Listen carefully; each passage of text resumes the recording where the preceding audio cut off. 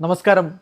റാഫ്റ്റോ ക്രിക്കറ്റിലേക്ക് അവർക്കും സ്വന്തം. ഇംഗ്ലണ്ടിനെ തീർത്തിട്ട് മുഹമ്മദ് സിറാജ് പറഞ്ഞു, ഞാൻ ഇന്ന് രാവിലെ എഴുന്നേറ്റത് തന്നെ ഞാൻ ഗെയിം ചേഞ്ചർ ആയിരിക്കുമെന്ന് ചിന്തിച്ചുകൊണ്ടാണ്.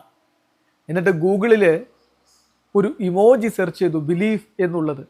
അത് ഞാൻ എൻ്റെ വാൾപേപ്പറാക്കി വെച്ചു. സിറാജ് വെച്ച ആ വാൾപേപ്പർ ഏതാണെന്ന് നിങ്ങൾക്ക് അറിയാമോ? സിറാജ് തന്നെ അത് മാധ്യമങ്ങൾക്ക് മുമ്പിൽ ഇങ്ങനെ കാണിച്ചു. അദ്ദേഹത്തിൻ്റെ ഫോൺ എടുത്തിട്ട് ഇങ്ങനെ കാണിക്കുകയാണ്. ആ ഫോണിലുള്ള വാൾപേപ്പർ നോക്കണം, ക്രിസ്ത്യാനോ റൊണാൾഡോ. CR7 ഇങ്ങനെ മുകളിലേക്ക് കൈയുയർത്തി നിൽക്കുന്ന ഒരു ചിത്രം.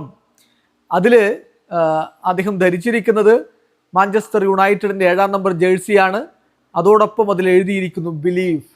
യെസ്, ഇതിനേക്കാൾ വലിയ ഐക്കോണിക് ആയിട്ടുള്ളൊരു പിക്ചർ വേറെ എവിടെ കിട്ടാനാണ്?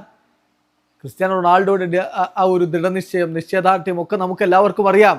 സിറാജിനും അത് നന്നായിട്ടറിയാം. സിറാജ് ഒരു കടുത്ത CR7 ആരാധകനാണ്. ഓരോ വിക്കറ്റ് കിട്ടുമ്പോഴും അദ്ദേഹം ആഘോഷിക്കുന്നത് പോലും CR7 സ്റ്റൈലിലാണ്. ഈ വിജയം നേടിക്കൊണ്ട് ഗസ് അറ്റ്കിൻസന്റെ സ്റ്റെമ്പ് തെറിപ്പിച്ചിട്ട് അദ്ദേഹം നടത്തിയത് ഈ സ്യൂ സെലിബ്രേഷൻ ആയിരുന്നു.